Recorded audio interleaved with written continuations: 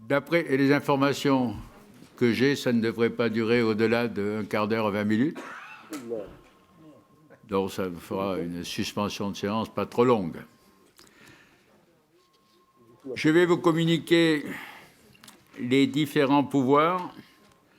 Monsieur Carvounas à Monsieur Boudin, Monsieur Forsoulet et Madame Segui, Monsieur Taureau à Monsieur Farsi, Monsieur Ebrèche à Monsieur Védy, Monsieur Liopis à Madame Lecoufle, Monsieur Toledano à Monsieur Catala, Monsieur Chicouche à Monsieur Boudin, Madame De Razilly à Madame Garrigou, Madame Després à Monsieur Dufeu, Monsieur Doué à Monsieur Ostone, Madame Gay à Madame Lecoufle, Madame Hachmi à Monsieur Bien, Madame Letouzé à Monsieur Viss, Monsieur Mbumba à Madame Anamba, Monsieur Melouli à Monsieur Catala, Monsieur Rabat, Madame Rabat à Monsieur Kérizit, Madame Robichon-Cohen à Monsieur Doucet, Madame Sol à Madame Simondec, Madame Vinrief à Madame Gomez-Cordès et Madame Westphal à Monsieur Amsler.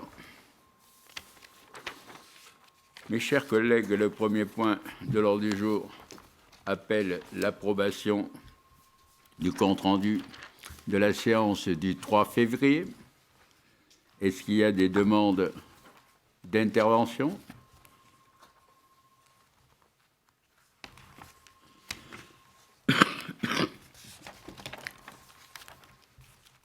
Pas de demande d'intervention ? Pas de demande de modification ? Le compte-rendu est approuvé. Le point suivant de l'ordre du jour concerne la communication des décisions prises par le président sur la période du 25 janvier 2021 au 23 mars 2021. Est-ce qu'il y a des demandes d'information, d'explication ? Vous pouvez toujours les demander par écrit si jamais...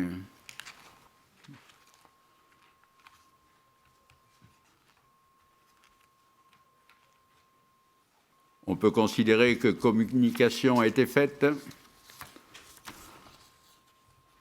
Le point suivant,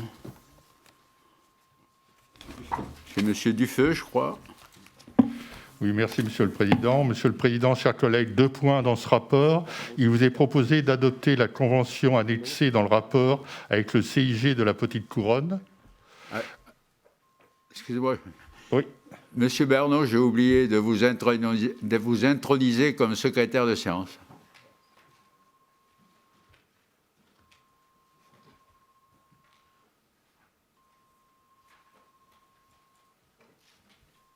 Donc 2 points dans ce rapport. Il vous est proposé d'adopter la convention annexée dans le rapport avec le CIG de la Petite Couronne. Cette convention propose des prestations de services et de conseils pour l'insertion et le maintien dans l'emploi des personnes en situation de handicap.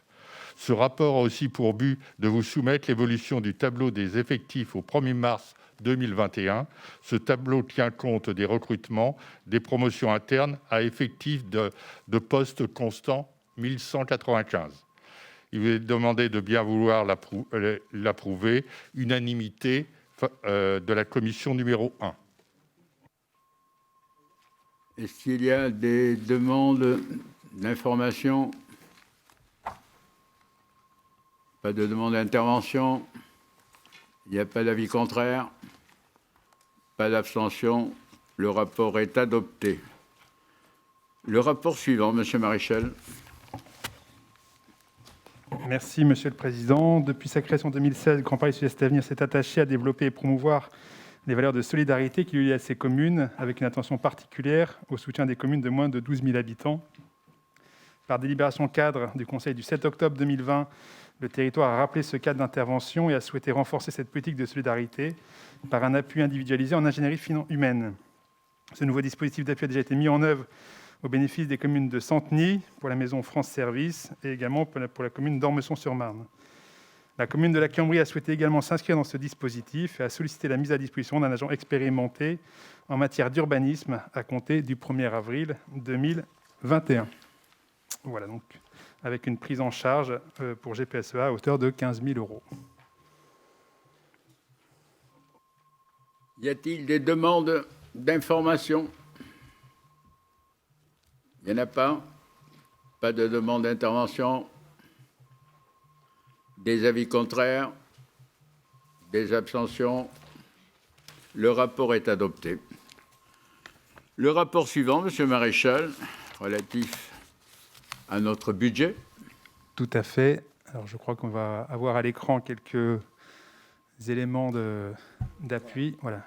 Merci beaucoup. Donc voilà, donc c'est le vote de notre budget. Alors au préalable, je voudrais remercier l'ensemble des services sous la direction de Fabien Tastet et d'Adrien Cadier pour tout le travail réalisé, ainsi que l'ensemble de mes collègues élus, notamment ceux que j'ai rencontrés pour les échanges que nous avons eus pour préparer ce budget. Alors c'est un budget qui vient dans le prolongement et qui est en totale cohérence avec le séminaire, Monsieur le Président, que vous avez proposé au mois de janvier, et également la première réunion du groupe de travail finance qui avait eu lieu le 18 février, même si cette réunion était sur une perspective plus large, sur la stratégie financière pour le mandat, et qu'aujourd'hui, c'est bien le BP 2021 qui nous est demandé d'approuver. Alors un BP qui s'inscrit pleinement dans la démarche initiée depuis l'origine du territoire en 2016, et donc ce BP qui vient consolider le territoire et toutes les valeurs souhaitées ensemble depuis sa création. Alors, je vais être assez synthétique pour essayer de respecter les horaires que nous avons ce soir. Sur le contexte général qui reprenne les éléments évoqués pendant le rapport d'orientation budgétaire, simplement des éléments sur cet environnement économique toujours très instable, environnement économique et social, qui perturbe bien évidemment notre modèle économique territorial, avec un impact fort sur les recettes du territoire. Et ça se prolonge. Alors sur les fragilisations des bases de CFE, attendues en diminution, et puis les moindres recettes sur les services, notamment pour les piscines et les conservatoires. Et également des turbulences qui concernent et qui touchent également les budgets des communes, avec également l'augmentation des dépenses sociales. Et puis vous le savez, on l'a déjà évoqué, ce débat toujours qui se prolonge, le débat institutionnel et financier non résolu avec la métropole du Grand Paris, avec des négociations qui avaient été menées dans le cadre du projet de loi de finances en décembre 2020, avec comme résultat l'obtention du maintien et heureusement de la dotation d'intercommunalité, qui représente 6,5 millions pour GPSEA, et puis les territoires et GPSEA qui gardent le bénéfice de la CFE, avec toutefois un reversement à hauteur des 2/3 pour la MGP. Mais malgré tout, nous gardons la CFE, contrairement aux textes initiaux qui encadraient la MGP et les territoires. Malgré ce contexte, et grâce à la bonne santé financière de notre territoire, GPSEA peut continuer à investir et jouer pleinement son rôle dans la relance et dans l'aide nécessaire à la situation exceptionnelle que nous traversons. Alors, cette bonne santé financière du territoire se traduit par une épargne brute qui est en progression constante depuis de 2016 jusqu'en 2021 et par un maintien, on le verra pour 2021. Et c'est véritablement le résultat d'efforts de gestion déployés depuis 2016 sur une stratégie d'achat, sur la politique active pour la gestion de la dette. Toute cette organisation, toute cette politique qui porte ses fruits aujourd'hui et qui permet de garder une épargne brute autour de 15 millions d'euros, et on le verra, qui nous permet de garder un bon niveau d'investissement. Et puis GPSEA peut aussi faire face à la hausse soutenue des coûts de certaines compétences, alors qui sont sur le fond souhaitables, puisque c'est la taxe sur les ordures ménagères ou la loi Egalim, mais qui se traduisent concrètement pour nous dans notre budget, sur un horizon 2025 pour la taxe sur les ordures ménagères ou 2022 pour la loi Egalim, d'environ 2,5 millions en plus dans notre budget. On regarde notre niveau d'épargne, on voit que c'est quand même un montant qui est conséquent. Et cette épargne de 15 millions nous permet de continuer d'investir. Et donc nous avons une inscription à hauteur de 41 millions d'euros de dépenses d'équipement nouvelles pour ce BP 2021. Et on est donc dans la cible d'un investissement réalisé qui serait à hauteur donc, de 38 millions d'euros. Et ça, en cohérence totale, là aussi, avec une revalorisation à hauteur de 1,2% pardon, sur le FCCT, donc les contributions des communes. J'évoquais tout à l'heure la crise financière avec des actions qui avaient été menées dès le printemps 2020 sous votre impulsion, Monsieur le Président, et qui se prolongent et qui se mettent aussi également en place pour 2021. Avec, vous avez souhaité un plan en faveur de l'emploi des jeunes et de l'inclusion sociale, donc avec des inscriptions dédiées sur ce BP 2021. Et puis également un plan de soutien au tissu économique local à hauteur de 330 000 euros pour le BP 2021. Vous avez le détail devant vous, donc je m'y attarde pas, mais c'est vraiment des actions très concrètes et très ciblées pour soutenir l'ensemble du tissu économique de notre territoire. Si on rentre un peu plus précisément sur les données budgétaires, avec un graphique très simple, mais qui a le mérite d'être très clair sur le maintien donc, des recettes. Donc on a une stabilité que l'on connaît aussi au niveau communal, mais qui est donc une nouveauté et le fruit donc, de cette crise, avec ce produit de CFE attendu en diminution, moins 700 000 euros, lié notamment à l'impact de la révision des valeurs locatives sur les locaux professionnels, au départ de certains gros contribuables qui ont maintenant donc, un impact sur 2021, et bien sûr les effets donc, de la crise économique. Et puis aussi également moins 1,2 million d'euros de baisse de produits des services. Je l'évoquais tout à l'heure, lié au conservatoire, lié aux piscines, avec soit des remboursements, soit des moindres recettes. Et la stabilité que l'on pouvait voir sur le graphique eh bien, se fait grâce à la dynamique modérée des bases de TOM, avec une hausse estimée à 600 000 euros, et l'actualisation du FCCT qui rapporte 1 million d'euros pour le territoire, avec cette évolution de 1,2%.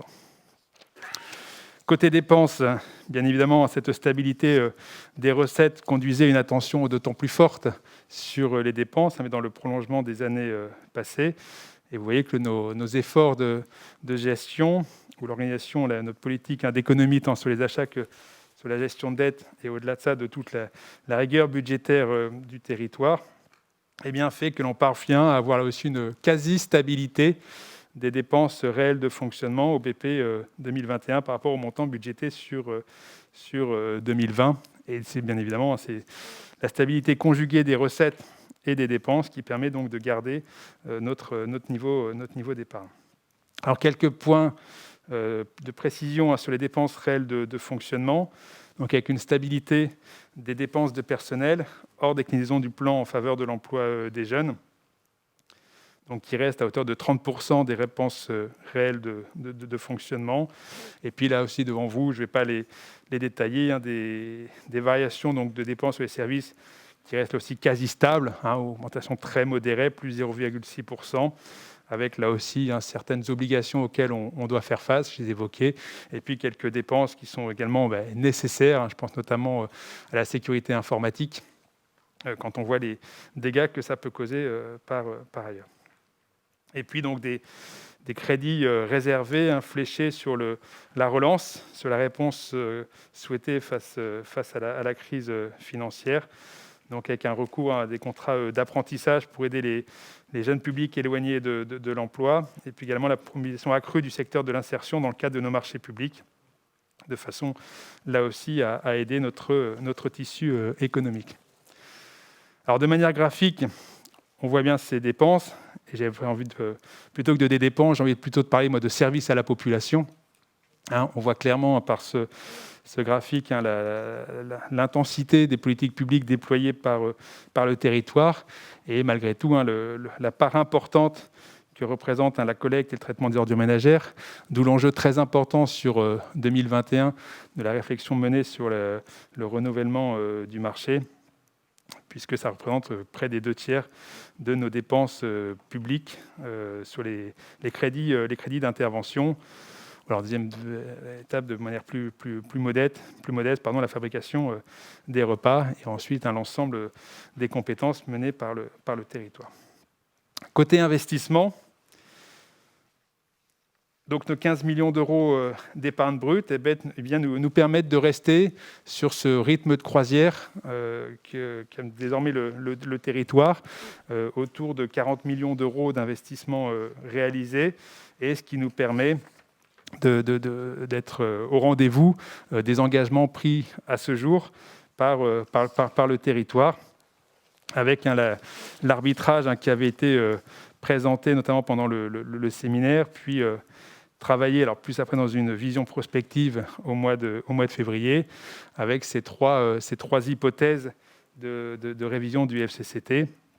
Et donc ce budget construit avec un taux de croissance du FCT de 1,2%, qui reste dans la moyenne des actuations donc de ces dernières années, qui permet, je le disais, d'être en phase et de pouvoir mener les engagements pris à ce jour, avec malgré tout, et dans le respect des équilibres financiers des communes, un ralentissement significatif de la PPI voirie, pour rester sur ce taux de croissance qui était dans le bas de la fourchette des hypothèses qui étaient proposées. Donc sur les investissements, et de manière concrète, vous voyez la déclinaison entre les différentes délégations. Donc 12 millions pour les bâtiments, 13,6 millions pour les voiries et réseaux divers, auxquels il faudrait rajouter les 8 millions pour avoir une vision consolidée avec les dépenses liées à l'aménagement, 6,6 millions pour toutes nos opérations d'aménagement, et donc enfin les 200 000 euros mis au titre du fonds de résilience, là aussi en réponse à la crise. Je voudrais également rappeler bien évidemment la politique de recherche, la politique active de recherche de cofinancement. Plus de 3 millions d'euros de cofinancement de projets d'investissement sont inscrits au BP 2021. Et nous attendons là aussi, comme beaucoup d'entre vous, des nouvelles dans le cadre du plan France Relance sur certains projets que nous avons pu positionner dans ce cadre-là. Et nous espérons des réponses, mais en tout cas nous avons pu être réactifs, et c'est là aussi un signal du bon fonctionnement et de la bonne organisation de notre territoire. De manière graphique, là aussi vous voyez la ventilation des différentes dépenses, avec fidèle à nos compétences, à notre raison d'être, les différents plans d'intervention donc du territoire, et fidèle à sa vocation et à son principe de proximité, avec une répartition homogène sur l'ensemble du territoire. Vous pouvez le voir sur la carte qui va suivre, avec différentes opérations dans différentes communes. Je pense que vous les connaissez, ce BP ayant été construit dans le dialogue et en partenariat avec bien évidemment l'ensemble des vice-présidents du territoire, mais également avec les maires de chaque commune, qui ont pu échanger sur leurs souhaits, leurs priorités, bien évidemment après inscrits dans le cadre de notre construction budgétaire, des objectifs que nous nous étions donnés. Voilà, simplement pour conclure, de manière très concrète, et notamment pour que après les communes aussi puissent finaliser leur budget. Je pense que c'est déjà fait pour la plupart, mais ce budget se concrétisera par une CLEC le 15 avril, qui permettra d'avoir l'avis de la CLEC pour qu'un prochain conseil de territoire entérine la progression de 1,2%, et de manière technique pour pouvoir mettre en place les opérations nécessaires. Bien évidemment, mais ce n'est pas l'objet ce soir de ce point à l'ordre du jour, le groupe de travail finance continue de se réunir au mois d'avril et au moins jusqu'à la fin de ce premier semestre, pour continuer à travailler sur la stratégie financière sur les prochaines années, en parallèle de la réflexion qui sera menée et qui est menée sur les équipements structurants.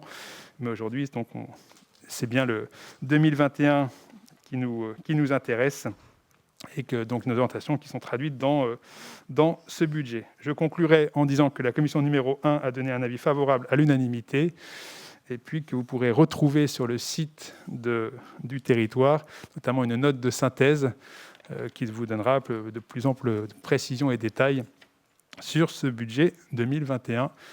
Voilà, Monsieur le Président. Merci, Alexis. La carte qui vous a été présentée, vous la retrouvez dans ce document.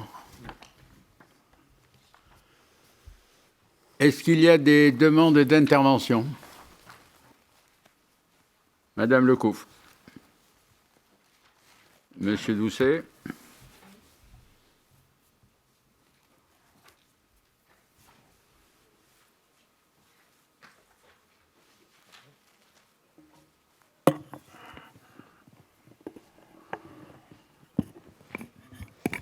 Oui, Monsieur le Président.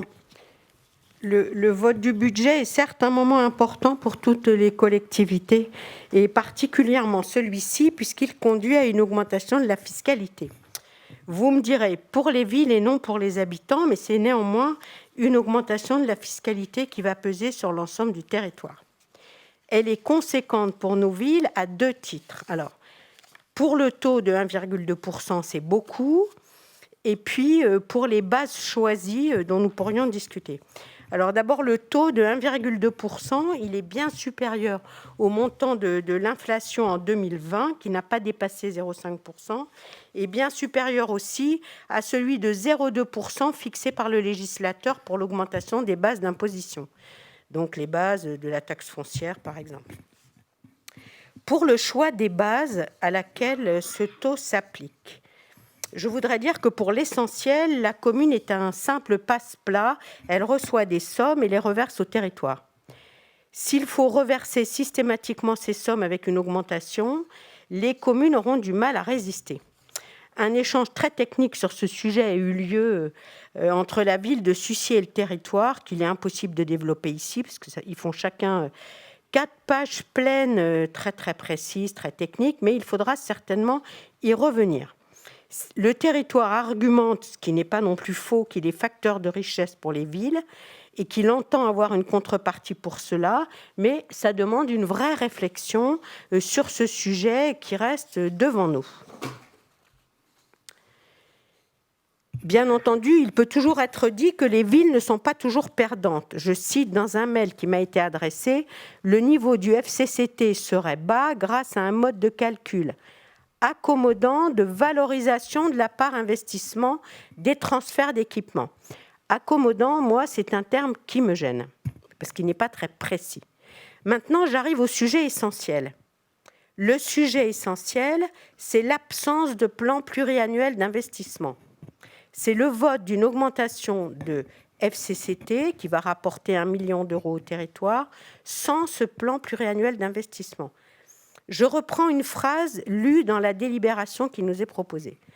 L'actualisation de 1,2% par commune constitue un niveau plancher permettant de financer les opérations d'investissement déjà engagées. Il est donc bien question d'investissement, or nous naviguons sans PPI. Donc chaque année, le territoire pourrait nous dire, comme cette année, nous avons engagé des opérations, donc nous devons augmenter le FCCT. Et le principe selon lequel le taux est voté chaque année serait inopérant, puisque, comme pour cette année, nous devrions par force ajuster nos taux. Lors du premier mandat, seuls les travaux de voirie ont été répartis ville par ville après concertation, à la mode des fonds de concours. Pour les autres investissements, nous n'avons pas de tableau précis. Le vice-président a parlé de ce séminaire organisé à ma demande le 29 janvier pour éclairer les élus. Il a été très apprécié.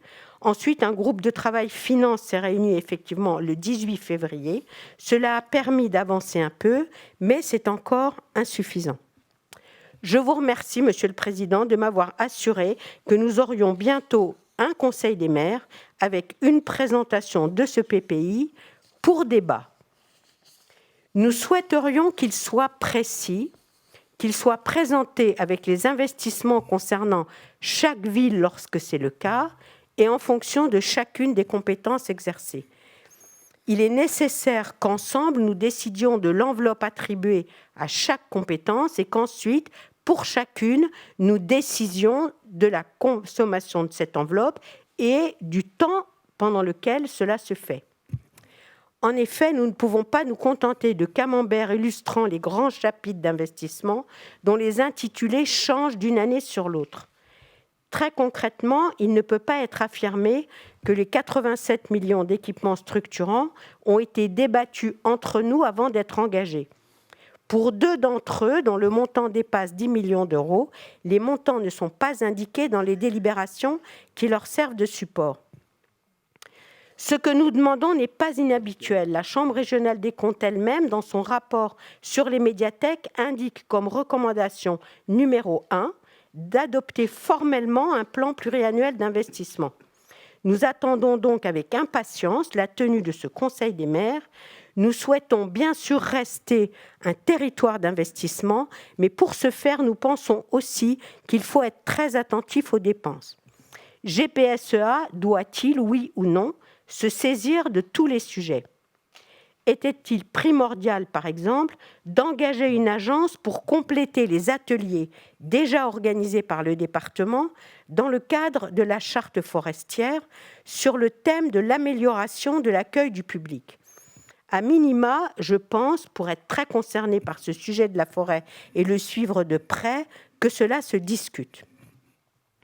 Le vote de l'augmentation du FCCT a été l'objet d'un débat dans notre groupe.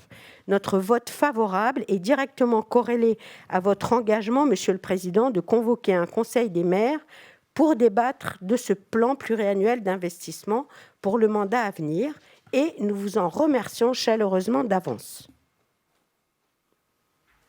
Merci, Madame Lecouf. Est-ce qu'il y a d'autres interventions? Monsieur Doucet. Madame Saint-Thiou. Oui, Monsieur le Président, mes chers collègues, je souhaite remercier à mon tour la grande implication des services du territoire dans la construction de ce budget, qui n'était pas évident au regard des contraintes. Également notre excellent vice-président en charge des finances, qui a écouté avec attention les besoins des différentes délégations et de l'ensemble des communes tout au long de la discussion. Une discussion d'ailleurs concertée et pédagogique. Je tiens à le rappeler, notamment avec la mise en place, vous le disiez, d'un séminaire permettant de renforcer le travail collaboratif entre nous. La méthode proposée en 2 temps a permis la consolidation d'un budget élaboré en toute transparence correspondant aux engagements déjà pris et qui s'inscrit dans la continuité des attentes formulées par chaque maire et commune représentée. Le dialogue renforcé entre tous les acteurs du territoire est, ne l'oublions pas, l'identité de GPSEA que nous revendiquons tous et que nous souhaitons tous préserver. L'arbitrage proposé est celui qui nous paraît le meilleur levier pour nous permettre de faire face aux temps incertains qui se profilent. En effet, nous ne savons pas précisément ce qui nous attend, si ce n'est l'incertitude. Et c'est dans un contexte compliqué, comme celui qu'il convient de davantage nous soutenir les uns et les autres, les uns avec les autres, pour toutes nos communes, pour toutes nos communes, Nos besoins sont nombreux et divers, et il est très appréciable de constater que nous pouvons compter en effet sur le soutien du territoire pour pouvoir fournir à nos concitoyens, car c'est ça notre finalité, ce qui leur est nécessaire. Les investissements en équipement, vous l'avez dit, sont primordiaux, ambitieux, aujourd'hui et pour l'avenir. C'est ce que j'avais déjà exprimé d'ailleurs lors du ROB, et je suis satisfait de voir que le territoire est attentif à ces perspectives d'avenir et d'évolution de chacun d'entre nous. Merci, mes chers collègues. Merci, Monsieur Doucet. Madame Saint-Thiou. Oui, je ne vais pas être très longue parce que Françoise a dit exactement ce qu'il fallait dire, et elle a insisté sur le fait que cette fois-ci, nous allons voter favorablement, parce qu'il faut être bien clair, nous ne sommes pas contre, par principe, le fait que le FCCT retrouve effectivement une dynamique qu'il a perdue, dans la mesure où il faut bien comprendre le sujet. La revalorisation législative dont bénéficiait le FCCT cesse, ou plus exactement, elle aurait été cette année à 0,2%. Donc fondamentalement, ce qui change cette fois-ci, c'est que les ressources dont le territoire a besoin, et ça, il n'y a pas de débat là-dessus, et personne, et c'est agréable d'ailleurs de l'entendre, ne se fait le procès d'être moins territorial, moins au clair avec les ambitions que nous devons avoir, mais la manière dont le problème doit être posé, c'est de se dire que maintenant, pour avoir les moyens de notre ambition, On ne peut plus compter sur un dynamisme du FCCT qui n'aille pas chercher l'argent dans les poches des communes. Parce que vous nous avez répondu à plusieurs reprises qu'au fond, qu'est-ce que ça change cette année? Nous avons un FCCT qui demande le même effort à chacun, sauf qu'avant, c'était indolore, puisqu'en fait, le FCCT bénéficiait de l'évolution législative des bases, et c'est ainsi qu'effectivement, comme vous le dites, le territoire pouvait aller à son rythme de croisière. Donc, il ne faut pas minimiser le travail qu'il faut faire ensemble. Il ne faut pas dire que nous avons eu un travail exemplaire et en commun et partagé. Plus on le dit, d'ailleurs, moi, plus j'en doute. Je pense que quand on est vertueux, on n'a pas besoin de le souligner. Nous avons eu ici un séminaire fort intéressant et de qualité, mais qui n'était pas du tout conclusif et qui n'avait d'ailleurs pas été présenté comme tel. Il y a eu un groupe de travail qui a fait effectivement, qui a éclairci un certain nombre de choses, mais c'est pareil, ce n'est pas lui qui décide. Ce n'est pas non plus à l'administration de refermer le cadre dans lequel on doit discuter des choses. Je pense qu'il n'est pas possible d'entendre que on n'avait même pas le droit d'étudier l'hypothèse à 0,2%, c'est-à-dire l'hypothèse qui faisait que le FCCT n'évoluait que de la revalorisation législative des bases. J'ai un vrai regret qu'on nous ait refermé cette hypothèse-là, même si je conçois qu'une hypothèse plus haute était importante par rapport à un budget, disons, qui était lancé à ce rythme. Mais même pour cette année, j'ai un petit peu de mal à savoir ce qu'il y a derrière cette formule que vous répétez tous à loisir. Ce sont des coups partis. Eh bien, s'ils sont partis, dites-nous comment, pourquoi. Et on sait bien, de toute façon, puisqu'on est tous des élus locaux, que dans nos communes, quand on dit ça, on a encore... Et fort heureusement, parce qu'on a dû en faire l'exercice, vu que nous ne sommes pas à la fête aussi bien dans les territoires que dans les communes, nous avons encore des latitudes.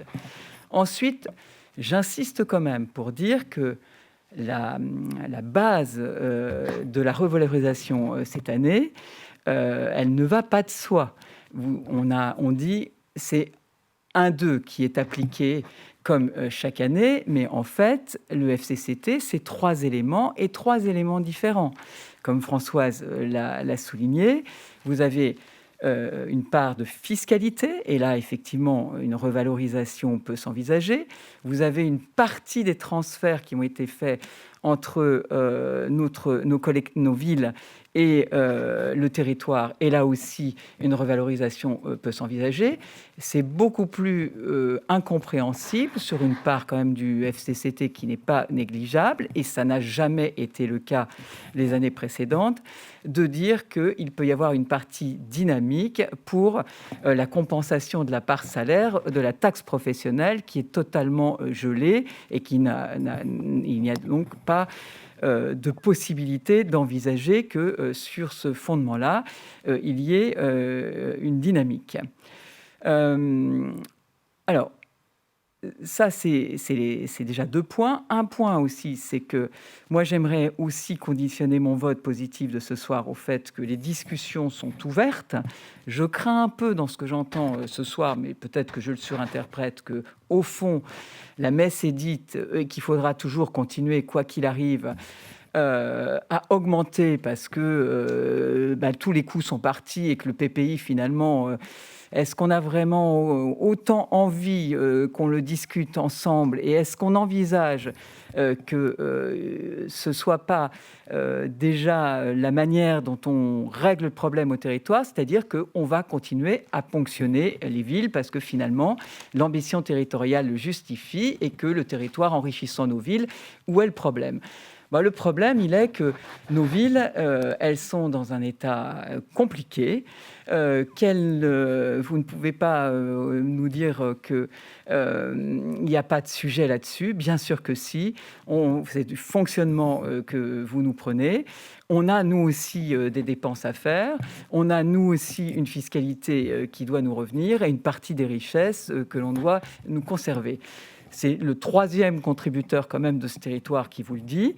Et moi, je dois dire que je regarde avec appréhension l'évolution de nos recettes, d'autant plus à un moment où on est dans une crise sanitaire qui va évidemment avoir des conséquences et peut-être assez durables, et au moment où en plus nos villes votent des budgets où on voit que la part de nos recettes qui est due à la fiscalité est de plus en plus affaiblie. Ça veut dire que nous allons avoir des recettes, nous aussi, de moins en moins dynamiques. Et même si nos bases, physiquement, peuvent progresser, est-ce qu'on en profitera ?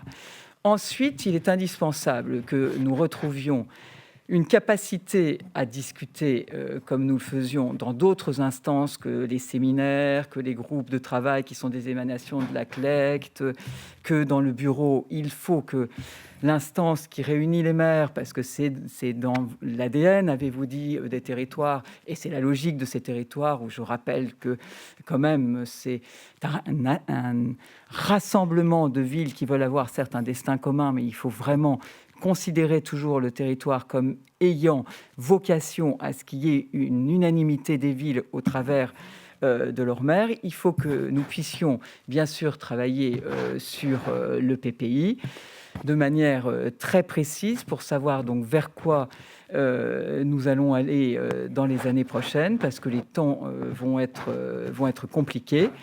Et il faudra aussi que l'on se dise, puisque vous pointez du doigt souvent ce que Sucy reçoit du territoire. Sucy reçoit du territoire sur la partie activité économique, et on le sait. Et c'est une chose que je ne nie pas. D'ailleurs, nous ne sommes pas en désaccord sur ce que vous avez envoyé très récemment, à quelques heures de cette séance, à Jean-Daniel Amsler pour lui faire part du retour que le territoire fait à la ville de Sucy. Mais quand il s'agit de développement économique, la richesse, elle est partagée. Donc, ce n'est pas un retour simplement sur la commune. Voilà. Donc, gardons effectivement une ambition pour le territoire. Donnons au territoire des moyens proportionnés à ses ambitions, mais il faut bien sûr le définir ensemble. C'est un petit peu difficile d'entendre que nous connaîtrons le PPI après le vote du budget.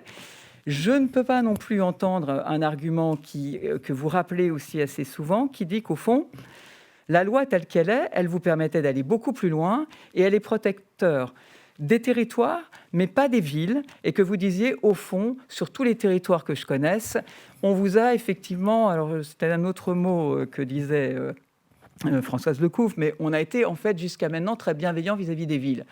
Je ne sache pas que dans les autres territoires du département, le FCCT dynamique soit quelque chose qui est discuté avec des contractions. Je crois même que c'est un concept qui les distrait beaucoup, mais c'est dommage. Et moi, je pense que justement, il ne faut pas qu'on se distrait, il faut qu'on travaille très sérieusement, qu'on aille au fond des choses. Et alors là, on retrouvera l'affectio societatis, qui fait que lorsque les communes sont très, très appréhensives de leurs ressources, elles peuvent néanmoins faire un effort, qui soit de solidarité d'ailleurs, même aussi, qui ne soit pas simplement un simple retour pour leur commune propre, mais sachant qu'il faut aussi que chacun sache pourquoi on le fait. Il faut partager les objectifs, et il ne faut pas non plus avoir l'impression que certains sont lésés, parce que peut-être, justement, il y aurait déjà des choses qui sont tant dessinées que certains n'auraient pas l'impression de compter dans ce territoire. Je sais que ce n'est pas votre vœu, mais en tous les cas, j'insiste énormément, parce que si ce soir, nous ne nous abstenons pas comme nous apprêtions plutôt à le faire, c'est parce que j'ai la foi dans le fait que ce que nous disons ce soir reçoit le meilleur écho. Je vous remercie. Merci, Madame Saint-Hugh. Est-ce qu'il y a d'autres interventions? Tu réponds peut-être, et puis moi je répondrai sur les... Ah, pardon. Il y a François. Non, je voulais juste dire, bonsoir, Monsieur le Président, Mesdames, Messieurs, je tenais quand même à avoir une parole un peu plus optimiste, et je tiens quand même à rappeler que nous avons tous et toutes, dans la Concorde, acté que le territoire serait vigilant sur l'évolution du fonds de compensation des charges territoriales, afin de bien appréhender la supportabilité des communes tout en permettant un bon niveau d'investissement moyen dans le respect des besoins des communes. Et il en est de même sur l'idée de travailler davantage ensemble, qui a été actée, travailler ensemble avec les communes, eu égard aux difficultés qui peuvent être rencontrées compte tenu du contexte, sachant que, et tout le monde l'a dit, et là-dessus on en conviendra tous, que les décisions des uns peuvent avoir des répercussions sur les autres. Voilà ce que je tenais à dire pour avoir une position un peu plus optimiste. Merci François. Alexis ? Oui. Juste sur la revalorisation, c'est vrai que, en effet, si les textes évoquent ce 0,2% qui était l'inflation du mois de novembre, le modèle financier aussi du territoire s'appuie et repose sur les contributions des communes. Il n'y a pas d'antagonisme entre ces deux éléments. Alors en effet, on ne va pas rentrer dans le débat technique de la base de calcul. Pour autant, le 1,2%, quand on prend à base équivalente sur les années passées, on est exactement sur la même variation et il n'y a pas de mismatch de calcul ou de variation de calcul entre les deux. On est véritablement sur un maintien de ce montant.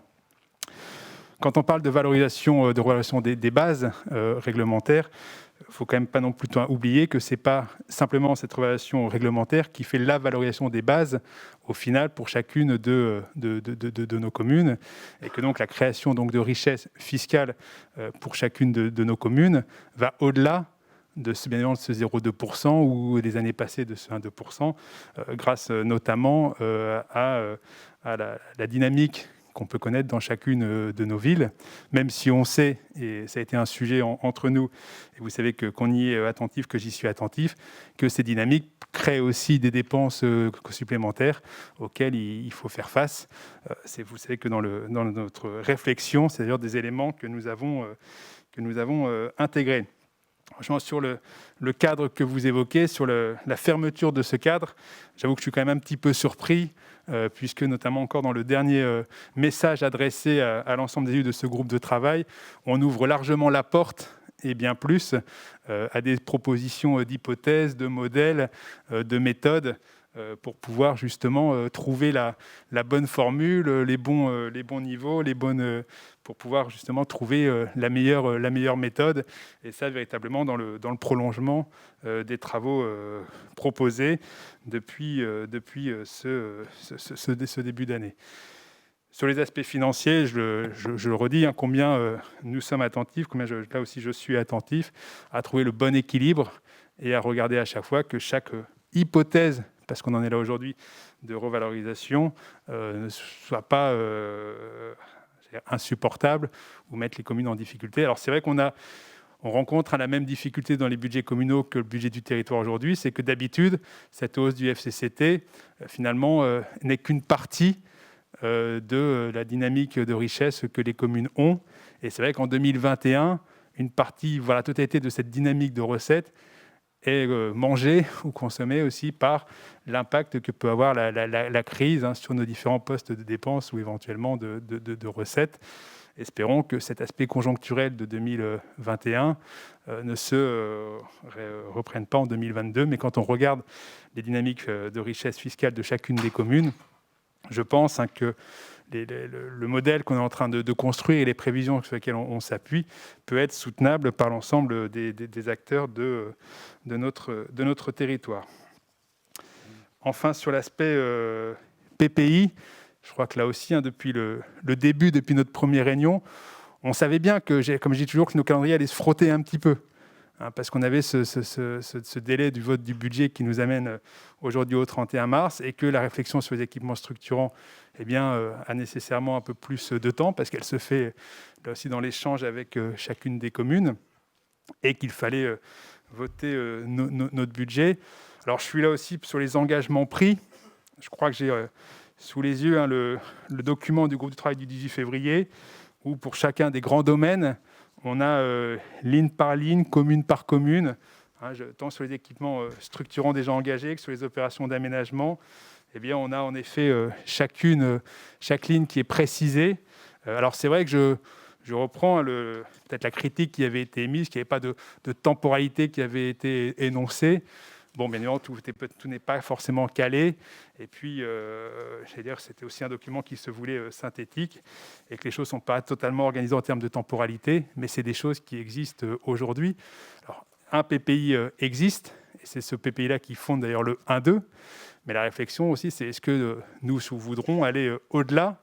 Et je crois que si la réflexion sur l'équipement structurant prend un petit peu de temps, c'est parce que je crois qu'il y a aussi une vraie volonté des maires d'aller au-delà du PPI, des engagements pris aujourd'hui, et qu'il y a une volonté, une nécessité, voire même parfois une obligation d'avoir d'autres équipements, et que c'est toute la réflexion que l'on mène de manière vraiment très ouverte, et qu'il faudra qu'on trouve des solutions pour les prochaines années pour financer ces investissements, en partageant certainement sur les efforts de gestion que continuera à faire le territoire, et sur la contribution nécessaire des communes, supportable par les communes, parce que c'est quand même, je le rappelle, au cœur même du système et de la construction financière des EPT avec les communes membres. Merci. Denis. Oui, Monsieur le Président, chers collègues, moi, il y a 2-3 trucs qui me turlupinent. C'est d'abord la question de la PPI. On a un territoire, et ici, beaucoup d'entre vous, vous êtes beaucoup plus expérimentés que moi. Mais modestement, je me dis qu'un territoire qui existe depuis 2016, forcément a besoin quand même d'un certain temps pour pouvoir déjà constater ses compétences, les prendre en main et programmer une PPI. Ne serait-ce que dans nos villes, construire une PPI, ça demande quand même quelques temps. Ensuite, il y a quand même eu une PPI, notamment sur la voirie, ma délégation. Moi, je veux bien, mais beaucoup de choses ont été dites, y compris... je dis bien tranquillement, sans exagérer, on le dit très clairement, y compris avec 1,2, on va prendre un peu de retard. Pas trop, ok, on va prendre un peu de retard. Donc, après, la question de la FCCT, moi je veux bien, mais on a déjà dit au bureau du territoire la dernière fois, où nous étions quand même nombreux, la question a été pointée. Françoise posait la question, Marie-Carole posait la question de est-ce qu'on augmente tout le temps. La dernière fois, on avait dit déjà au bureau de territoire que là, on augmentait et que on verrait les années suivantes avec l'évolution du CFE. Si le CFE il revient il revient à nous être bénéfique et comme avant, tant mieux, on regardera revoyure. Sinon, revoyure quand même. Mais donc la question, du coup, j'ai pas compris tout à fait le fond de l'affaire, puisque beaucoup de choses ont été dites au bureau du territoire. S'il y a besoin de le redire ici, je comprends pas forcément le sens. Mais je voudrais revenir à quelque chose aussi de spécifique. Je pense que là, il va y avoir une petite augmentation de la FCCT. Et j'entends que ça peut effectivement... bien sûr qu'il va y avoir des efforts sur le fonctionnement de chaque commune, et ça, je peux comprendre, on va tous faire les efforts. Mais je crois aussi savoir que dernièrement, quand il y a eu le débat sur la TOM, par exemple, la mise en cohésion de la TOM, où il fallait que Bonneuil fasse des efforts, alors que Bonneuil n'est pas le 3e contributeur du territoire, tout le monde était d'accord pour dire que effectivement, ils allaient baisser les prix. Donc de fait, ils allaient baisser la taxe, les impôts des habitants pour la majorité des villes du territoire, et que Bonneuil allait augmenter. Donc par solidarité, nous a-t-on dit, il faut le faire. Donc par solidarité, nous l'avons accepté. Je pense qu'il n'y a pas beaucoup de perdants ici, y compris qu'est-ce qu'on ferait demain si on ne veut pas aller plus loin en termes de solidarité des territoires, tout ça, qu'est-ce qu'on fait? On va sacrifier les petites villes? Petites villes ne voulons pas dire qu'elles sont petites en termes d'ambition politique, mais en termes d'habitants. Donc faisons des choix à un moment donné. Soit on se dit, voilà, il y a un territoire qui fait 40 millions de dépenses d'investissement, et je crois qu'en termes d'investissement, on est le territoire le plus dynamique, parce que quand on regarde les territoires un petit peu à côté, par-ci par-là, sans vouloir ni fixer qui que ce soit, ni viser qui que ce soit, j'ai envie de dire, on fait 3 fois mieux. Et les 3 fois mieux, je trouve que ça va dans chacune des villes. Et j'ai pas l'impression que ça aille, sans vouloir vous lancer quelques fleurs, Président, j'ai pas l'impression que ça aille le plus à Créteil. En tous les cas, sur ma délégation, vous êtes un peu en retard. Il m'arrive de le regretter. Sur ma délégation, en tous les cas, vous êtes un peu en retard. En parlant de voirie, tous ces débats-là, c'est utile. Et la raison pour laquelle le N2 est utile, parce qu'aujourd'hui, quand je vais présenter une fiche tout à l'heure, où la ville de Sucy-en-Brie va rajouter des voiries, une voirie en tous les cas, en plus, au niveau du territoire, donc dans le pot commun. C'est que c'est utile tout ça. Après, derrière, je pense que après il y a des choses très intéressantes qui ont été dites, y compris par Françoise ou par Marie-Carole. Je pense qu'il faut prendre en compte effectivement la question de la réunion des maires. Je pense qu'il faut le remettre au goût du jour sur la question de la PPI, qu'on ait des discussions franches pour qu'on puisse aussi, avec vous, Président, donner un peu plus d'élan à la PPI en vigueur qui est en train de se construire. Merci, Denis. Je vous propose qu'on suspende. J'apporterai, s'il n'y a pas d'autres interventions, j'apporterai la réponse après l'intervention du président. Chers collègues, nous reprenons nos travaux. Je crois que Françoise a demandé la parole. Juste, Monsieur le Président, est-ce que quelqu'un a compris pour ce qui est des centres de loisirs? Parce que les écoles, ça ferme, mais les centres, on les garde ouvertes ou c'était quoi l'idée? À mon avis, ils sont fermés, Par parallélisme sauf des structures pour les soignants. On ne voit pas comment... Oui, on est d'accord. Hein. Oui. Par parallélisme des formes, ils sont fermés. Les centres de loisirs pourraient être ouverts alors que... Ça n'a pas de sens. Les écoles sont fermées. Bien. Madame Lecoufle, vous avez la parole. Oui, je voulais juste rajouter, à la suite des différentes interventions, que quand on parle de la dynamique de richesse pour calculer les contributions, il faut aussi faire attention que les villes ne sont pas égales les unes et les autres en ce qui concerne leur patrimoine. C'est-à-dire certaines villes, par exemple, qui ont énormément de patrimoine, comme c'était le cas de Limeil-Brévannes il y a quelques décennies, le maire peut choisir éventuellement de le céder pour se créer des richesses. À l'inverse, d'autres manquent gravement d'équipements en fait pour leur ville. Donc tout ça est un équilibre qu'il faut considérer. Après, en ce qui concerne le PPI, je veux dire, il n'y a pas que les équipements structurants ou que le périmètre de Denis au niveau des voiries. Je veux dire, c'est un ensemble et ce qu'il faudrait, c'est que ce soit tous ces périmètres de toutes les différentes compétences qui puissent être consolidés pour nous permettre d'avoir une vue un peu claire et de décider où on met le curseur, en fait, en fonction de là où on veut aller, suivant les villes, suivant le programme du territoire en lui-même. Je pense que ça, c'est important de le considérer. Et c'est vrai que quand on fait aussi des réunions, comme par exemple, il y a eu cette fameuse réunion du 18 février 2021 avec le groupe de travail finance, c'est bien de pouvoir mettre à disposition systématiquement un compte-rendu des réunions avec les questions qui sont posées, éventuellement les réponses qui sont apportées après, de façon à ce qu'on puisse avancer un petit peu plus vite. Sinon, là, le 15 avril, ça va être de nouveau un peu moins facile, finalement, d'avancer vite. Voilà, je voulais juste dire cela. À ma connaissance, le compte-rendu de la réunion a été diffusé, Madame Lecoufle. Alors, il ne nous est pas arrivé. On a vu arriver un courrier de 2 pages, mais pas de compte-rendu. Le compte-rendu a été diffusé. Alors, je ne sais pas où il est. Je serais contente de l'avoir, parce que nous, quand on l'a demandé, on a juste eu un courrier qui, d'ailleurs, a été adressé à Luc, on ne sait pas pourquoi, et qui était juste un courrier recto verso. À ma connaissance, le courrier a été adressé à tous les maires et participants à cette réunion. Alors moi, je n'ai pas vu le courrier non plus. Justement, je pensais le voir arriver, mais je ne l'ai pas vu non plus arriver. Est-ce qu'il y a d'autres interventions?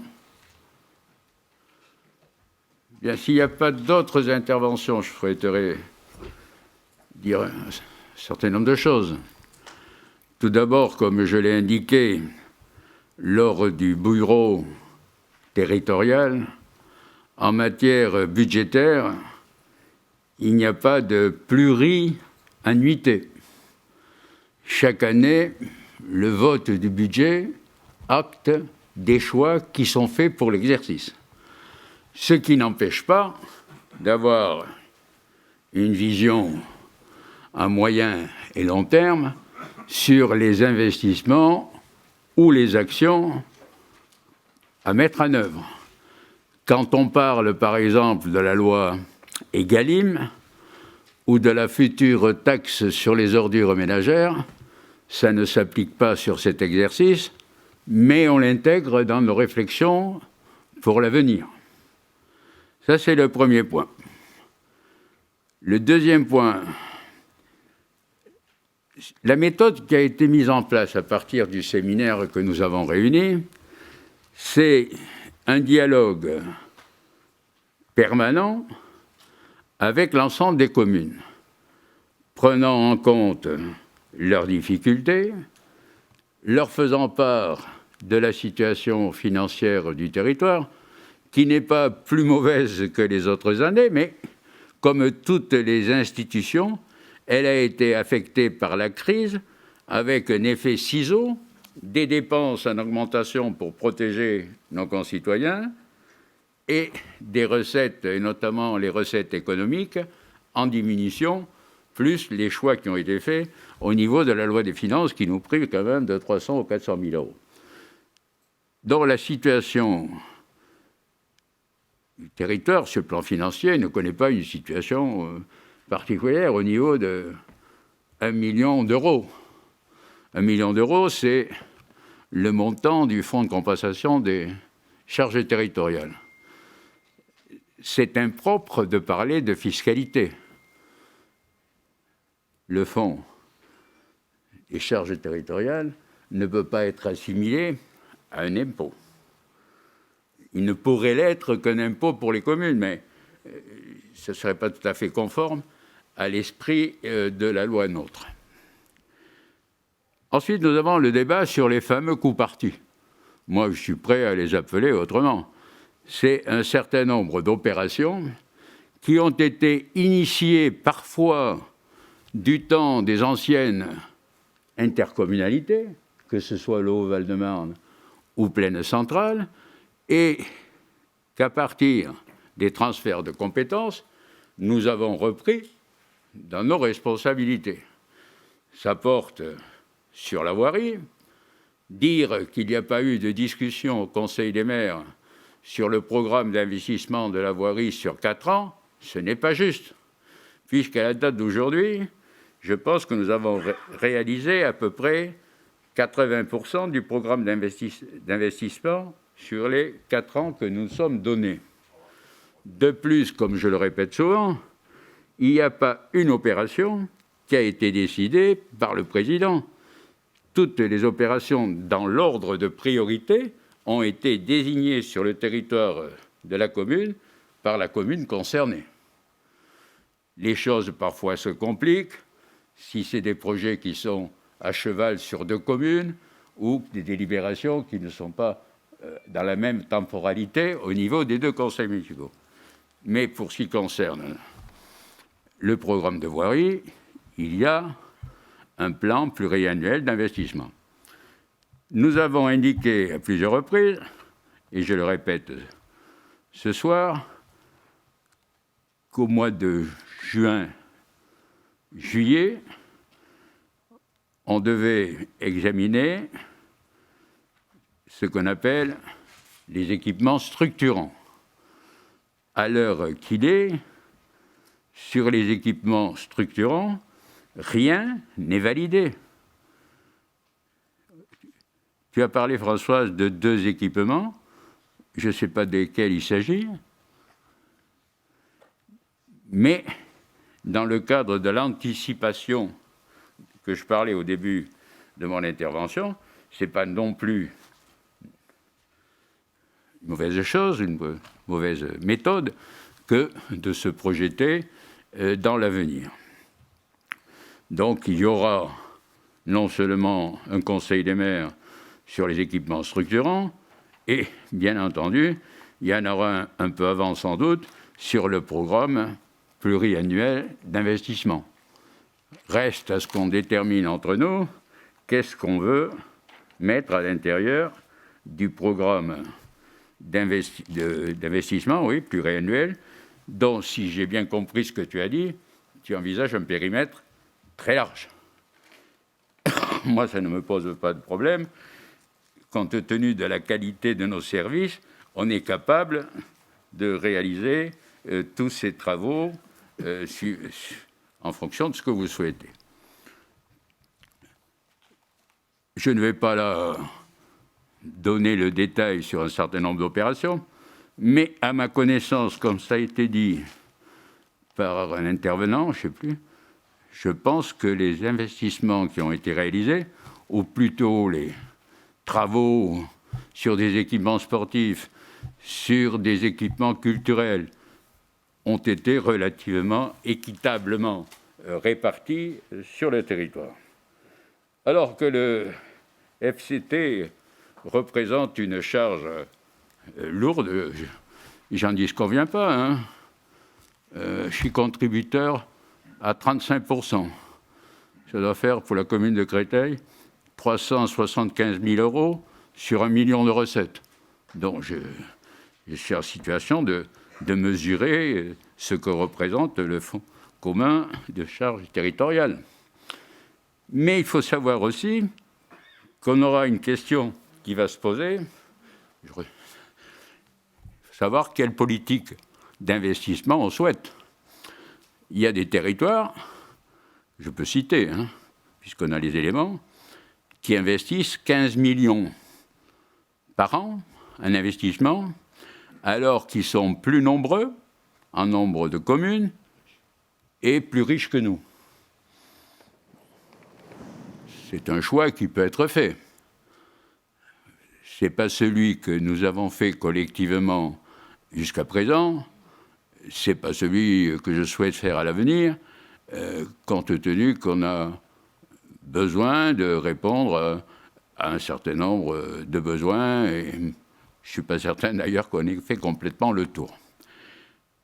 Donc moi je suis tout à fait disponible pour qu'on puisse améliorer tout ce qui est possible de faire dans le cadre du fonctionnement qui est le nôtre. Je remercie les services qui font un travail remarquable. Ils le font avec le sens de l'équité et la volonté de servir toutes les communes. Je remercie Alexis pour le travail qu'il a fait. Mais le budget, c'est un choix politique aussi.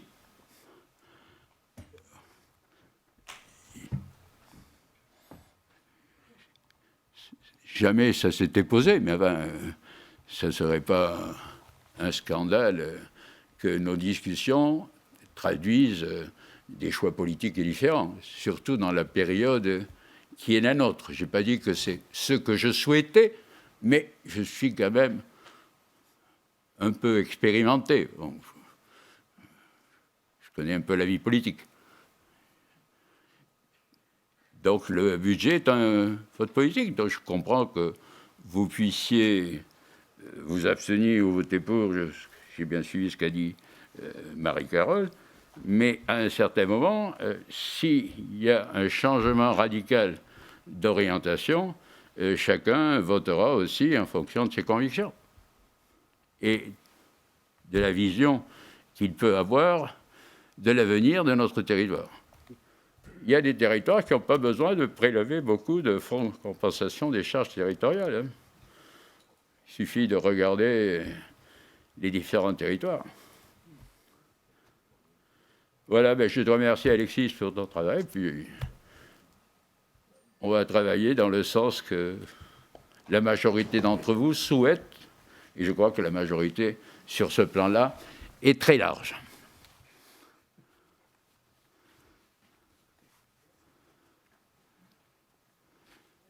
S'il n'y a pas d'autres interventions, je vais mettre le budget au vote.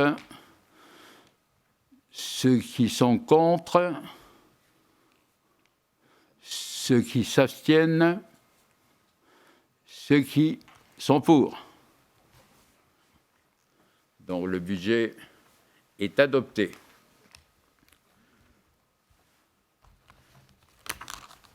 Le point suivant de l'ordre du jour.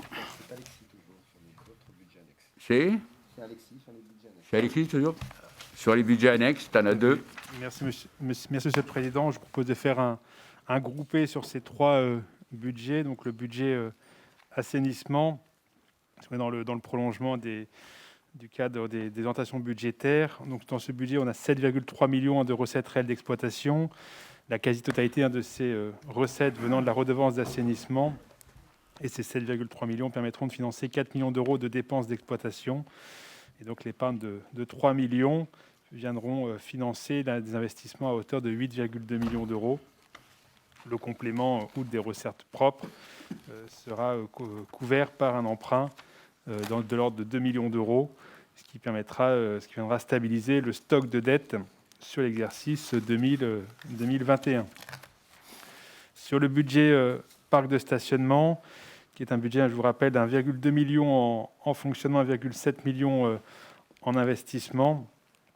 Ce qu'il faut surtout retenir, c'est que le changement du mode de délégation en 2020 a conduit à de nettes économies, puisque le besoin de financement de ce budget a diminué de près de 400 000 euros pour ce budget, pour les parcs de stationnement donc de Boissy et de Sucy. Enfin, sur le budget eau, qui est un petit budget de 300 000 euros, voilà, simplement les redevances qui viennent financer les frais d'AMO dans le cadre des contrats donc, de délégation. Il n'y a pas plus à en dire, si ce n'est que les principaux enjeux concernent plutôt les renouvellements de concessions qui auront lieu en 2021 pour certaines communes de notre territoire. Voilà. Merci. On vote les deux budgets. D'abord celui d'assainissement. Le troisième, oui, c'est l'eau. Sur l'assainissement, pas d'avis contraire. Sur le stationnement. Sur l'eau. Dont les trois budgets sont votés.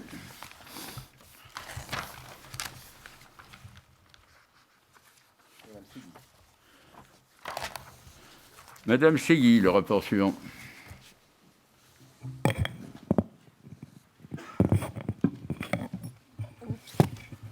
Oui, merci Monsieur le Président. Le premier rapport concerne la commune de Sucy-en-Brie. Dans un premier temps, la ZAC du centre-ville, et puis donc la partie que l'on appelle la fosse rouge de la commune de Sucy. Concernant le centre-ville, la ZAC donc, a été concédée à la SADEF 94. En avril 2019, le Conseil de territoire a initié la DUP et l'enquête parcellaire, permettant la mise en place d'une procédure d'expropriation au bénéfice de la SADEV. L'enquête publique unique préalable à la DUP et parcellaire s'est déroulée du 14 septembre au 31 octobre 2020 inclus. Le rapport et les conclusions du commissaire enquêteur ont été remis le 27 novembre 2020. GPSEA doit à présent se prononcer sur l'intérêt général du projet et réitérer la demande de DUP auprès de la préfecture en tenant compte de l'unique réserve formulée par le commissaire enquêteur. Le dossier de réalisation de la ZAC ainsi que le traité de concession d'aménagement entre le territoire et la SADEV doivent également être modifiés afin de tenir compte des conclusions du commissaire enquêteur.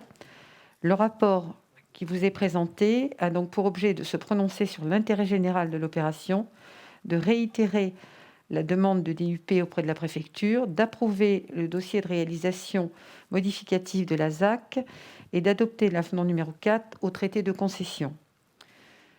Le point concernant la fosse rouge, il s'agit de l'adoption de la convention de portage foncier sur un bien dans ce quartier, notamment au 19 rue de la Fosse Rouge, avec le SAF 94. Le 5 décembre 2018, le Conseil de territoire a initié la création de la ZAC de la Cité Verte Fosse Rouge à Sucy. Dans l'attente de la désignation de l'aménageur, le territoire a fait appel au SAF 94 afin qu'il puisse porter une partie du foncier de la ZAC au gré des opportunités foncières qui se présentent.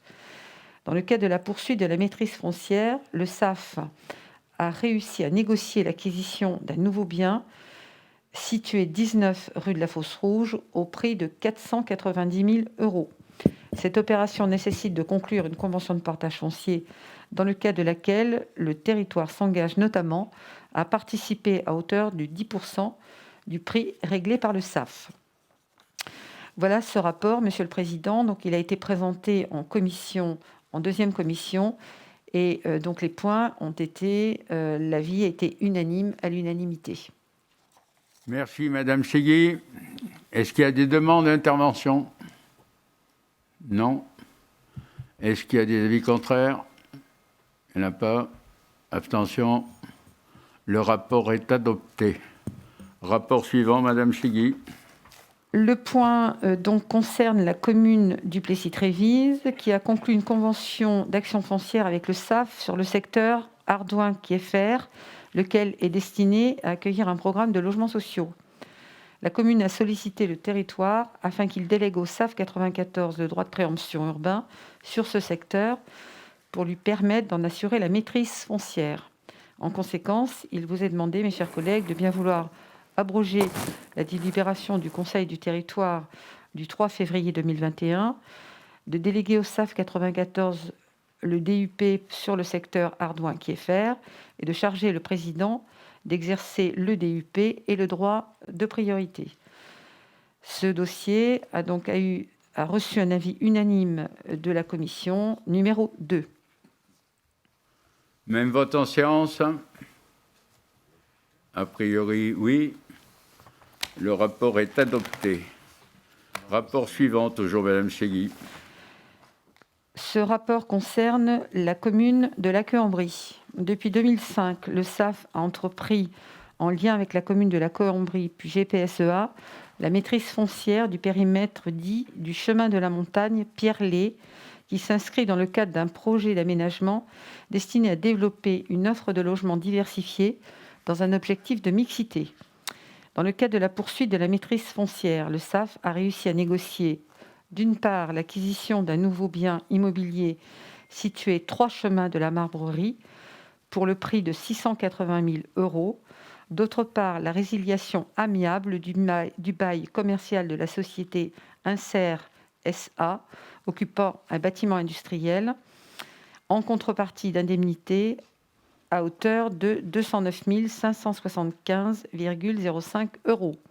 Ces deux opérations nécessitent de conclure des conventions de portage foncier, dans le cadre duquel le territoire s'engage notamment à participer à hauteur de 10% du prix réglé par le SAF 94.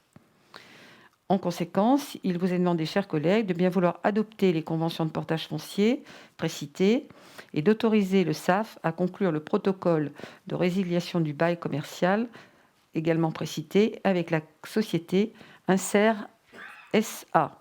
Avis unanime de la commission numéro 2. Merci, Madame Segui. Même vote en séance? Je pense que oui.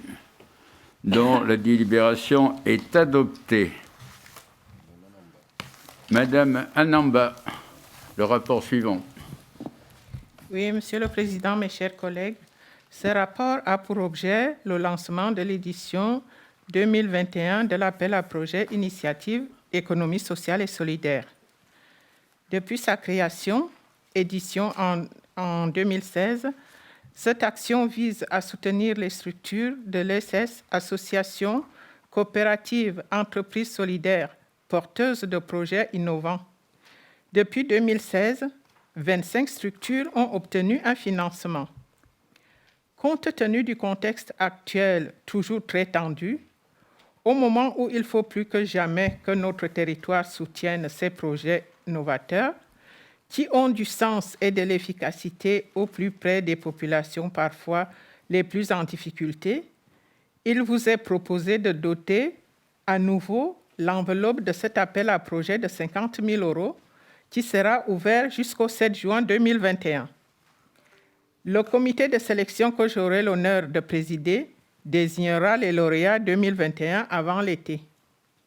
Par ailleurs, j'invite l'ensemble de mes collègues du Conseil des territoires de se faire l'écho de cet appel à projet au sein de leur commune, aux structures de l'ESS, associations, coopératives, entreprises solidaires, afin que les opportunités de concourir et pouvoir mettre en œuvre des actions utiles en matière d'économie sociale et solidaire ne soient pas perdues sur l'ensemble du territoire du GPSEA. Ce rapport, Monsieur le Président, mes chers collègues, a été adopté à l'unanimité en commission. Merci, Pauline. Est-ce qu'il y a des avis contraires? Je ne pense pas. Des abstentions? Le rapport est adopté à l'unanimité.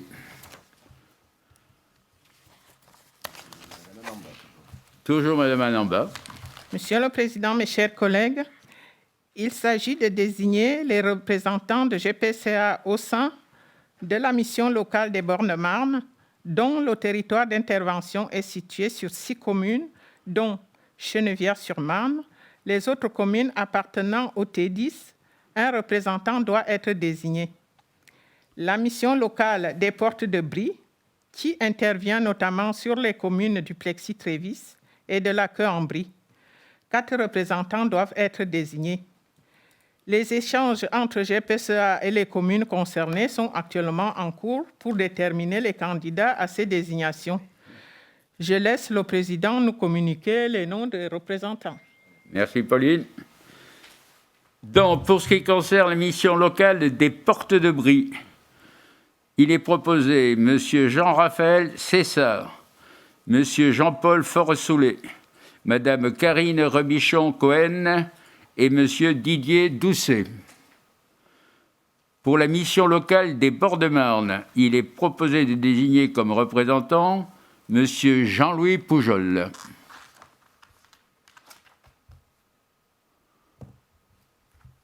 Pas d'avis contraire?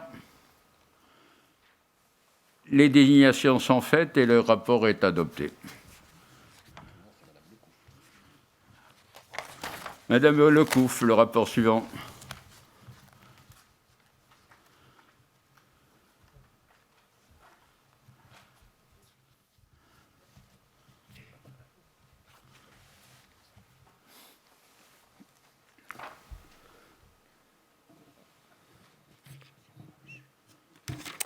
Nous avons dans ce rapport une série d'aides financières et aussi des garanties d'emprunt en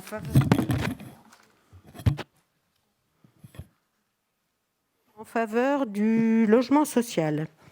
Donc, une attribution d'une subvention pour surcharge foncière de 96 761 € à Val-Office pour 24 logements à Chenevière.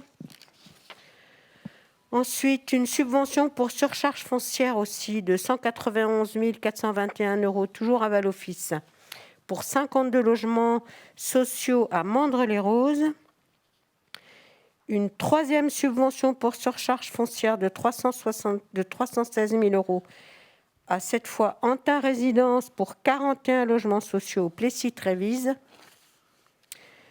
Une subvention pour surcharge foncière de 61 448 € à Antin Résidence pour la construction de 8 logements sociaux à Ormesson-sur-Marne. Et enfin, une garantie à 100% de prêt accordé par la CDC à Antin Résidence toujours pour une construction en VFA de 66 logements sociaux à Ormesson-sur-Marne.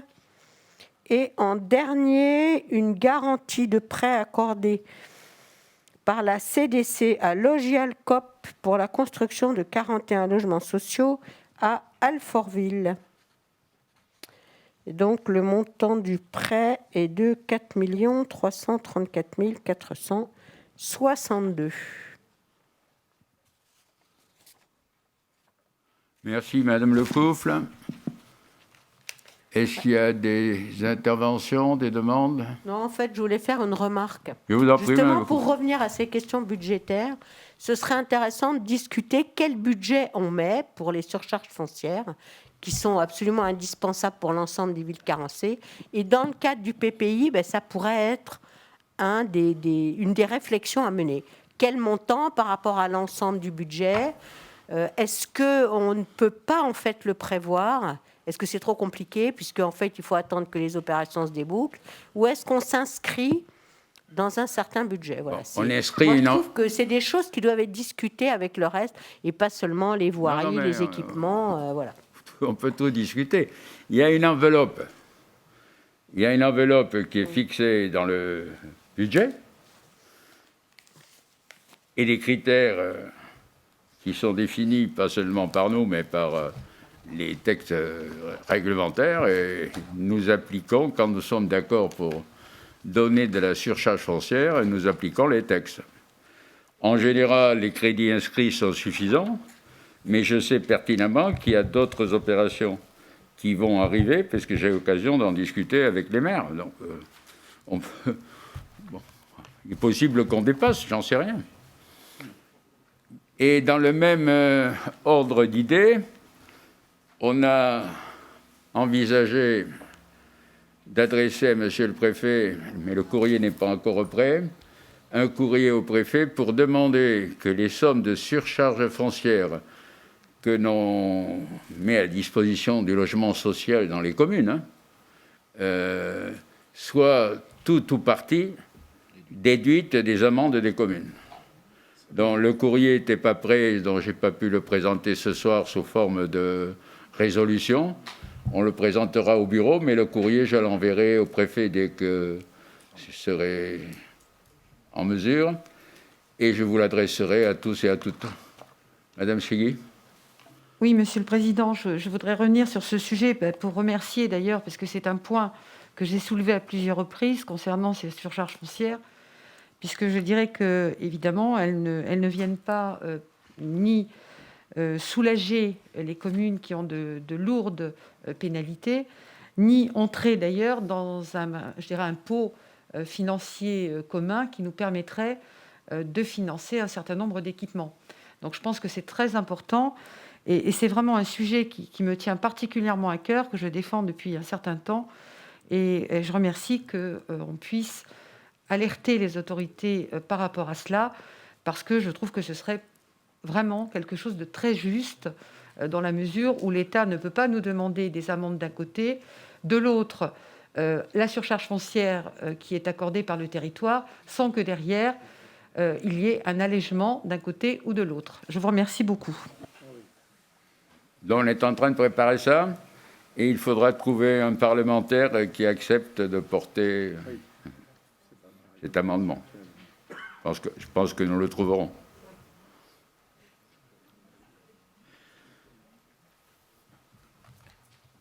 Pas d'opposition sur le rapport.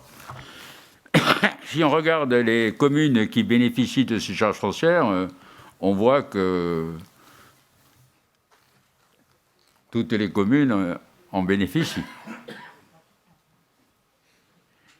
Il n'y a pas d'ostracisme. Non, c'est bien que ce soit pour des villes carencées, ce qui là est le cas. Oui, mais il n'y a pas que les carencées. Alfortville, ils ne sont pas carencés. Oui, mais là, il n'y a pas de surcharge. En fait, c'est une garantie d'emprunt. Oui, oui. C'est pas tout à fait mais du même ça ordre. leur arrive de demander à la surcharge foncière aussi. Hein. Mais justement, la question, on pourra peut-être en discuter avec Alfortville.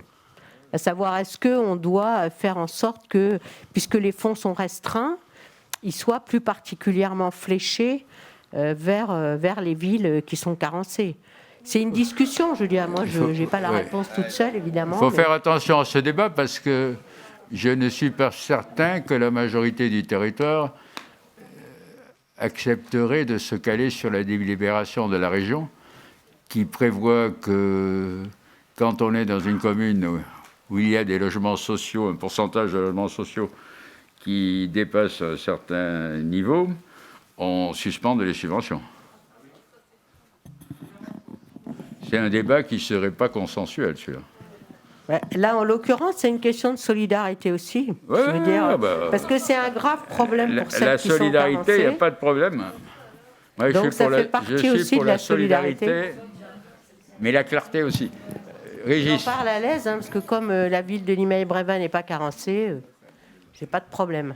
Là, en la circonstance, je n'aurais pas exactement la même définition de la solidarité que Françoise. Et si on doit faire des économies, je veux bien donner d'autres pistes sur d'autres choses, mais ça ne me paraît pas être dans le temps présent, avec la crise qu'on traverse, le moment d'engager ce type de débat, et je ne suis absolument pas d'accord avec ce qui vient d'être proposé. On a fait beaucoup jusqu'à présent pour le logement social. Moi, je souhaite qu'on continue de le faire, surtout dans le contexte actuel.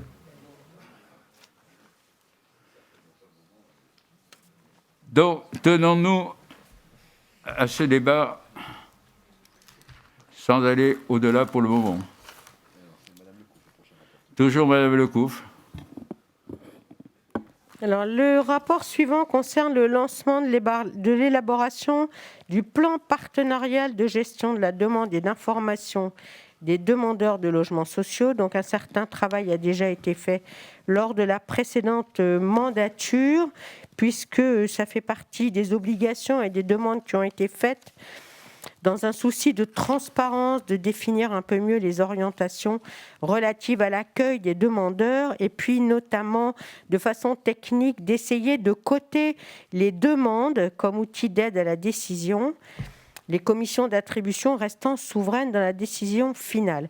Donc il faut continuer à travailler sur ce sujet de façon à pouvoir voter la cotation en septembre 2021. Donc, il vous est proposé aujourd'hui de lancer la procédure d'élaboration de ce plan. Et si on n'a pas délibéré à la date qui est indiquée, il nous impose le plan. Là, on est tous d'accord pour délibérer. Le rapport suivant, Monsieur Farcy. Bien, mon sujet est moins clivant, il est sur la valorisation du patrimoine et des paysages. Et je vous propose une modification de la zone de protection du patrimoine architectural, urbain et paysager de la commune de Mandres-les-Roses. La qualité du patrimoine architectural et urbain de Mandres-les-Roses a incité la commune à engager l'élaboration d'une zone de protection du patrimoine architectural, urbain et paysager, donc ZPPAUP, en janvier 2001, créée par l'arrêté du préfet de région Île-de-France du 22 janvier 2004. Cette procédure a permis à la commune de définir un champ du patrimoine étendu qui se substitue à la protection initiale des monuments historiques. Le règlement de la ZPPAUP divise cette zone en 3 secteurs dans lesquels les prescriptions particulières sont applicables. Donc il y a le bourg ancien, les bordelières et puis l'ancienne voie ferrée et l'ancienne gare. Aujourd'hui, qu'on vient de mettre à jour le secteur du bourg ancien, notamment pour tenir compte de l'évolution de certains bâtis ou encore d'espaces inscrits en jardin de qualité et de modifier en conséquence le règlement de la ZPPAUP en concertation avec la commune et les architectes des bâtiments de France. Le projet de modification sera transmis aux personnes publiques et soumis à enquête publique avant d'être soumis pour avis au préfet de région.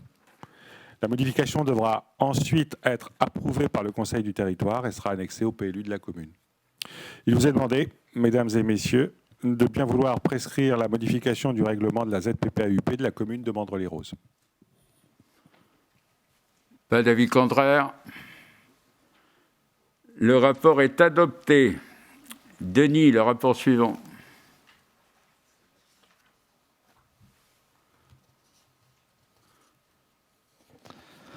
Oui, Monsieur le Président, chers collègues, donc ce rapport a pour objet d'autoriser la signature par le Président de l'accord cadre multi-attributaire d'assistance technique pour la réalisation des études et le suivi des travaux dans le cadre d'opérations de voirie, d'assainissement, mais aussi sur les réseaux de fibre optique, d'éclairage ou SLT sur le territoire. Cet accord se situe dans le cadre du PPI voirie, prend la suite d'un précédent accord qui de fait n'est pas terminé. On le met en place et on vous propose justement pour qu'on puisse élargir le champ des missions et de l'assistance à maîtrise d'ouvrage. Donc une consultation a été lancée par avis d'appel public à la concurrence en novembre 2020 pour une remise des offres le 4 janvier 2021. 6 entreprises ont remis des offres, dont 5 ont été retenues et soumises à la CAO du 3 mars dernier. Donc, vous avez sous les yeux, je ne sais pas si j'ai besoin de les citer toutes, vous avez sous les yeux les groupements qui sont proposés. Donc, on vous demande d'autoriser Monsieur le Président ou son représentant à signer l'accord cadre. Pas d'avis contraire. Le rapport suivant, toujours Denis. Oui, Monsieur le Président, ça concerne le maire de Créteil, je crois. Donc, il s'agit de soumettre au Conseil de territoire le choix du mode de gestion d'alimentation en eau potable de la commune de Créteil. Jusqu'à présent, la commune était sous contrat de délégation de service public avec Suez, contrat qui a pris effet en 2007 pour une durée initiale de 15 ans et qui a fait l'objet de 4 avenants. Comme pour les communes pour lesquelles GPSEA a ou est en train de procéder au renouvellement des contrats de fourniture en eau potable, Limay, Bonneuil, Marolles et Ormesson, et Vic-René-Noiseau aussi, une assistance à maîtrise d'ouvrage a été sollicitée. Le groupement IRH, ingénieur conseil et FCL ayant été retenu pour le dossier cristallien. Les objectifs retenus pour la commune de Créteil sont identiques à ceux retenus pour les autres communes, à savoir, entre autres et surtout, la haute qualité du réseau de distribution et du service rendu à l'usager et maîtrise des tarifs. Et comme pour les dossiers précédents, c'est la délégation de service public qui a été retenue comme étant la plus à même de répondre positivement à l'ensemble de ces objectifs. La suite du rapport présente les caractéristiques du futur contrat de délégation de service public, l'entretien courant et le renouvellement des ouvrages, le fonctionnement, surveillance, entretien, maintenance des installations ou l'exclusivité de réalisation des branchements neufs. Eh bien, en ce qui concerne la durée du contrat, et je m'arrêterai là, il y a 3 options qui ont été retenues, notamment à la commission consultative des services publics, 5, 7 et 12 ans, comme ça a été le cas pour Bonneuil, par exemple. Donc, il est donc proposé au Conseil de territoire de se prononcer sur le principe du recours à une délégation de service public pour la gestion future. Pas d'avis contraire. Le rapport est adopté. Rapport suivant, toujours, Denis. Alors là, il s'agit d'une délibération qui vise à apporter quelques modifications à la liste des voiries d'intérêt territorial en ajoutant les voiries suivantes sur les communes de Mandres-les-Roses, Marolles-en-Brie, Laquais-en-Brie et Sucy-en-Brie, afin que GPSEA puisse intervenir au titre du Fonds de solidarité ou alors de la PPI voirie. Je pense que j'ai pas besoin de citer les noms des rues. Non. Bon, bah voilà. Est-ce qu'il y a des demandes d'intervention? Non? Ou des compléments d'information? Donc, le rapport est adopté. Madame Segui, pardon, je ne vous ai pas vu. Oui, Monsieur le Président, je voudrais juste avoir une petite information. Quand on parle de voirie territoriale, quel est le critère pour que des voiries entrent dans le domaine territorial? Parce que c'est une question que les communes se posent. Là, j'entends qu'il y a des villes qui ont demandé, mais comment ça se passe en réalité? L'appréciation est où? Qu'est-ce qu'on doit présenter comme dossier? Quels sont les critères pour que la voirie soit retenue? Merci. Ouais. Il faut présenter le dossier. Et après, on discute. Est-ce que ces voiries... Voilà.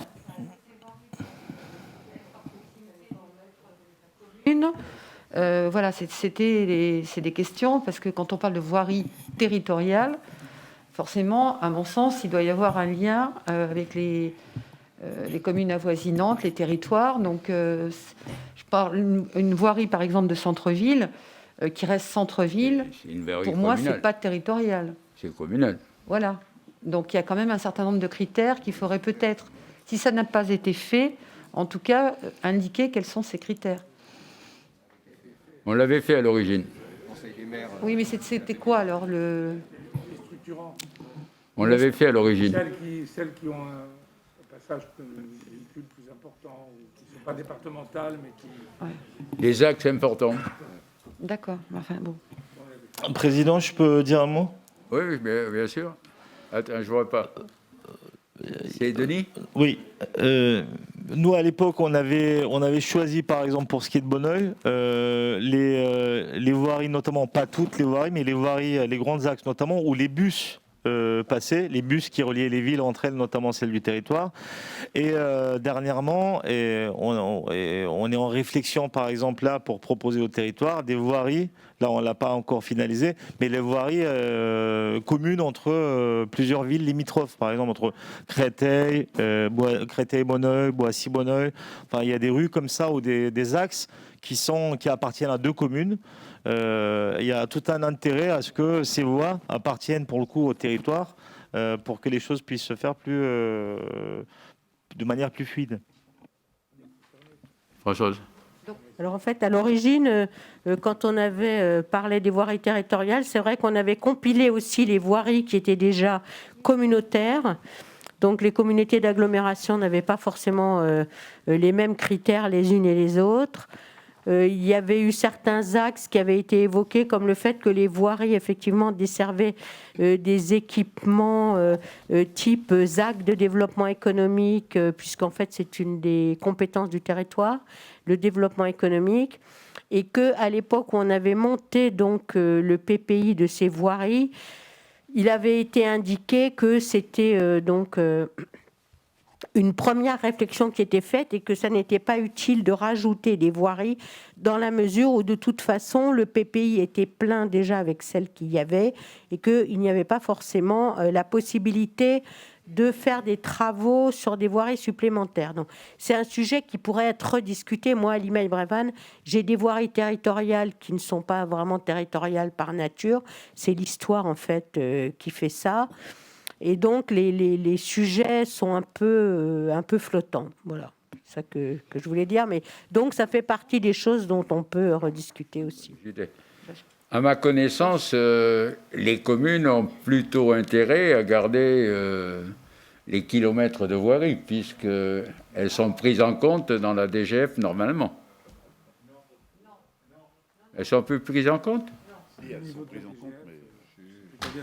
Ça ne doit pas peser beaucoup. Ça ne doit pas peser beaucoup, mais il fut un temps où il y avait les critères de voirie.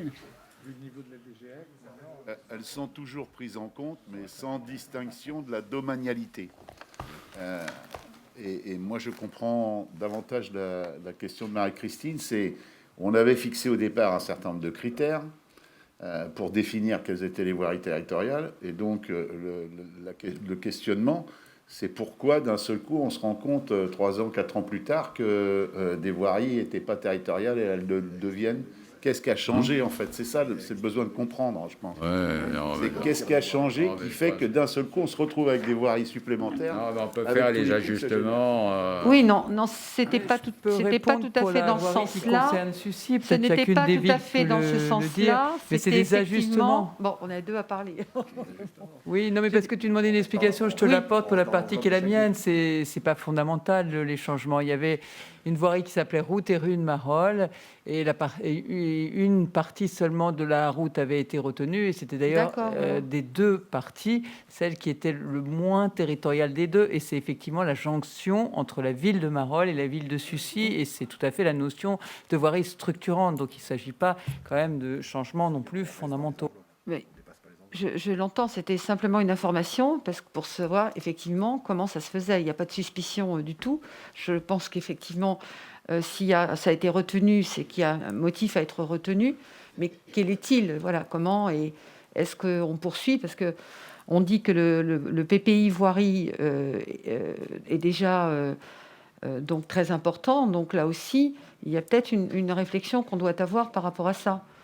Je pense qu'au fur et à mesure, il faut au départ, j'ai bien entendu, Françoise a totalement raison, on a pris les voiries qui étaient sur nos territoires et qui avaient été déjà définies. Voilà, il y a peut-être un dépoussiérage, il y a peut-être une réactualisation à faire sur des critères que, ensemble, on fixera, par exemple. Oui. On peut revoir ça dans le cadre du plan d'investissement. Ouais. Mes chers collègues, nous en avons terminé. Est-ce qu'il y a des questions diverses? Il y a un dernier rapport. Il y a un ah non, Charbonnier, oui, oui. C'est Madame Segui qui nous a interrompus là, dans notre élan. Un dernier point très court qui vise à soumettre à l'approbation des membres de notre Conseil l'acquisition à l'euro symbolique du lot 303 de la copropriété le Clos Fontaine, 60 rue Nicolas Ledoux à Créteil, afin d'héberger dans une partie du local les équipes de la propreté urbaine. Donc l'ouvrage avait été remis en 2019 à GPSEA. Une partie du local a été mise à disposition de la ville de Créteil pour l'usage qui était le sien. Et la division, qui représente 97 mètres carrés 72, va permettre à l'euro symbolique au territoire de disposer d'un local pour les services de propreté urbaine. Donc, on ne le vend pas cher. Hein. Voilà. Il faut le faire.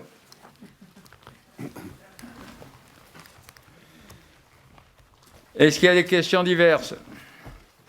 Il n'y a pas de questions diverses. Bonne soirée à toutes et à tous.